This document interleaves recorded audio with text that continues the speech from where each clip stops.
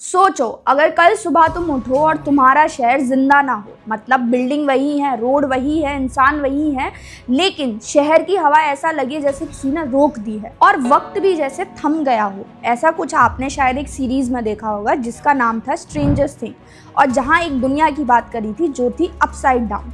लेकिन आज इस वीडियो में हम ये जानने की कोशिश करेंगे क्या अपसाइड डाउन और उसमें दिखाए गए जो कॉन्सेप्ट हैं वो रियल फिजिक्स में एग्जिस्ट करते हैं, क्या उनकी रियलिटी हो सकती है। So hello everyone, I am Anjali and you are watching seeking facts. आज इस वीडियो में हम जानने की कोशिश करेंगे क्या स्ट्रेंजर्स थिंग के कॉन्सेप्ट रियल लाइफ फिजिक्स में एग्जिस्ट करते हैं या नहीं।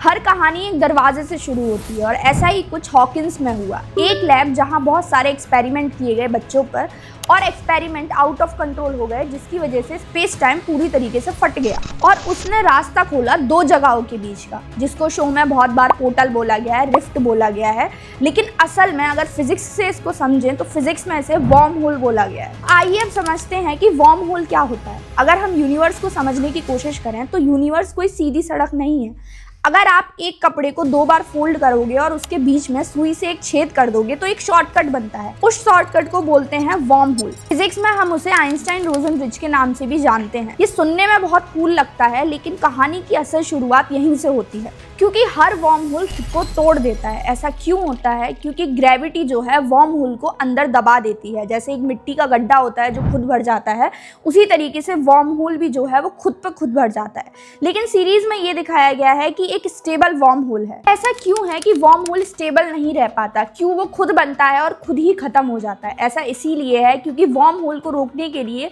हमें कुछ ऐसा चाहिए जो ग्रेविटी के अगेंस्ट काम करे, जिसे फिजिक्स में बोला गया है नेगेटिव एनर्जी या फिर एक्सोटिक मैटर, जो आपने सीरीज में नाम भी सुना होगा एक्सोटिक मैटर का। तो अगर हम इजी भाषा में समझें तो नॉर्मल चीजें जो है ग्रेविटी को खींचती हैं और नेगेटिव एनर्जी जो है वो ग्रेविटी को धक्का देती है। तो क्या नेगेटिव एनर्जी रियल में एग्जिस्ट करती है? साइंस में इससे रिलेटेड कुछ एक्सपेरिमेंट हुए हैं, जैसे कि कैसेमेयर इफेक्ट, जो रियलिटी में किया गया है। इसमें क्या होता है, अगर आप वैक्यूम में दो प्लेट्स को रखें, स्टील की प्लेट्स को रखें, तो थोड़ी सी एक नेगेटिव एनर्जी क्रिएट होती है, लेकिन उसका अमाउंट जो है वो नमक के दाने जितना होता है। दूसरा सबसे बड़ा सोर्स है नेगेटिव एनर्जी का, वो है एक्सोटिक मैटर, लेकिन ये रियलिटी में एग्जिस्ट ही नहीं करता, ये अभी तक सिर्फ इक्वेशन में एग्जिस्ट करता है।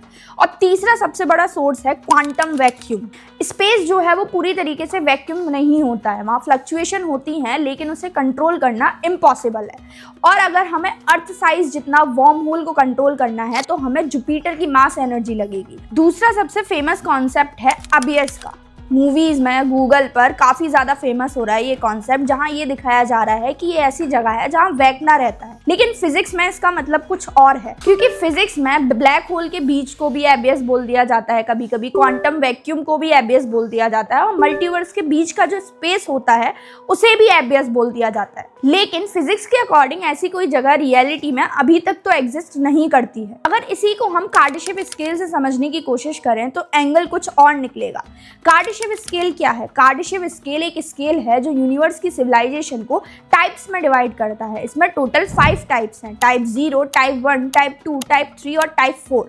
अगर हम अपनी करंट सिविलाइजेशन को देखें तो वो टाइप 0 में आती है, और ज़्यादा अप्रॉक्स में समझें तो 0.7 वाले टाइप में है। तो टाइप 0 या टाइप 0 पॉइंट सिविलाइजेशन क्या है? इसका मतलब ये है कि हम अभी भी अर्थ को पूरी तरीके से कंट्रोल नहीं कर पा रहे हैं। 0.7 इसको इसलिए बोला गया है क्योंकि कुछ हिस्सा है जो हम अर्थ का कंट्रोल कर पा रहे हैं, लेकिन मेजॉरिटी ऑफ द अर्थ अभी हमारे कंट्रोल से बाहर है। इसीलिए हमारी सिविलाइजेशन को टाइप 0 या फिर टाइप 0.7 सिविलाइजेशन बोला गया है। तो टाइप 1 कौन सी सिविलाइजेशन है? टाइप 1 वो सिविलाइजेशन है जहाँ पे हम पूरे अर्थ को कंट्रोल कर सकते हैं, पूरे अर्थ की एनर्जी को कंट्रोल कर सकते हैं, नेचुरल डिजास्टर्स को कंट्रोल कर सकते हैं। टाइप 2 सिविलाइजेशन वो सिविलाइजेशन है जहाँ पे हम पूरे अर्थ की और पूरे स्टार्स की एनर्जी को कंट्रोल कर सकते हैं, डायसन स्फीयर की एनर्जी को कंट्रोल कर सकते हैं, और इसके साथ साथ हम जो है वर्म होल जैसी चीज़ों की भी एनर्जी को कंट्रोल कर सकते हैं। लेकिन अभी तक ये सारी चीज़ें सिर्फ थ्योरी में ही है। टाइप 3 सिविलाइजेशन कौन सी है? टाइप 3 सिविलाइजेशन वो सिविलाइजेशन है जहां पूरी गैलेक्सी की एनर्जी को कंट्रोल किया जा सकता है और गॉड लेवल कंट्रोल किया जा सकता है। अगर हम इस तरीके से वैक्ना को कैटेगराइज करें तो वैक्ना जो है वो टाइप 2 टाइप 3 कैटेगरी में आता है। लेकिन ये सारी चीज़ें अभी तक सिर्फ थ्योरी में ही है, एग्जिस्टेंस इनकी अभी तक प्रूफ नहीं हुई है। तो क्या हम ऐसी चीज़ों को कंट्रोल कर सकते हैं? अगर हम असल में देखें तो हम अर्थ की सिर्फ 1% एनर्जी को ही कंट्रोल कर पा रहे हैं। हम वॉर लड़ रहे हैं, हमारा क्लाइमेट हमारे कंट्रोल में नहीं है, और यहाँ हम डायमेंशन तोड़ने की बात कर रहे हैं। तो असल में ये चीज़ नहीं हो सकती है। तो जब हम बोल रहे हैं कि अपसाइड डाउन एक डायमेंशन है, तो इसका मतलब ये नहीं है कि वो एक दूसरी दुनिया है। डायमेंशन का मतलब होता है एक मीजरमेंट, डायरेक्शन का एक मीजरमेंट। और अगर इसको असल में देखें तो फिजिक्स में 10 डायमेंशन बताई गई हैं। जैसे हमारी 10 डायरेक्शन होती हैं, उसी तरीके से 10 डायमेंशन बताई गई हैं। लेकिन हम बात जो है ज़्यादातर 4 डायमेंशंस की करते हैं। इसमें पहला डायमेंशन आता है जो कि होती है एक लाइन, दूसरा डायमेंशन होता है फ्लैट सरफेस, तीसरा डायमेंशन है हम, और चौथा डायमेंशन है टाइम। अगर रियल लाइफ में ऐसा कोई डायमेंशन खुलता तो अर्थ पूरी तरीके से कोलैप्स हो जाती और ग्रेविटी जो है वो पूरी तरीके से बिगड़ जाती। लेकिन क्या डायमेंशन और वार्म होल में कोई रिलेशन होता है? क्या डायमेंशन जो है वार्म होल को कनेक्ट करता है? वार्म होल स्पेस टाइम के 2 हिस्सों को जोड़कर रखता है। इसीलिए सीरीज में वार्म होल को एक ब्रिज बताया गया है, अपसाइड डाउन को एक पॉकेट दिखाया गया है, और एबियस को जो है इन बिटवीन वॉइड दिखाया गया है। तो क्या वार्म होल से रियल लाइफ में एंटिटीज आ सकती हैं? फिजिक्स इसके बारे में कुछ और बोलती है। फिजिक्स बोलती है अगर वार्म होल जैसी चीज स्टेबल रहती है तो उसमें एंटिटीज का तो पता नहीं, पर काफी ज्यादा इंफॉर्मेशन आ सकती थी, जैसे कि रेडिएशन हो गया, या अननोन कुछ पार्टिकल्स हो गए, या फिर कुछ अजीबोगरीब ब्रेन पर इफेक्ट देखे जाते। लेकिन एलियन, मॉन्स्टर या फिजिकल डीमन जैसी चीज पॉसिबल नहीं है। अगर ऐसा कुछ होता है तो शायद एक कॉन्शियस लाइफ का हमें सिग्नल मिल सकता था, कुछ ब्रेन पर इफेक्ट देखे जा सकते थे, लेकिन उसके अलावा और कुछ ज्यादा चीज की पॉसिबिलिटी नहीं है। तो रियलिटी में स्ट्रेंजर थिंग जो है वो साइंस को थोड़ा आसान भाषा में समझाने की कोशिश कर रहा है, लेकिन असल में देखा जाए तो जैसे स्टेबल वार्म होल हो गया, ये इम्पॉसिबल है अभी तक। अपसाइड डाउन जैसा डायमेंशन भी पॉसिबल नहीं है। एबियस जो है सिर्फ एक मेटाफर है फिजिक्स के अकॉर्डिंग। तो रियलिटी इसकी कुछ और है।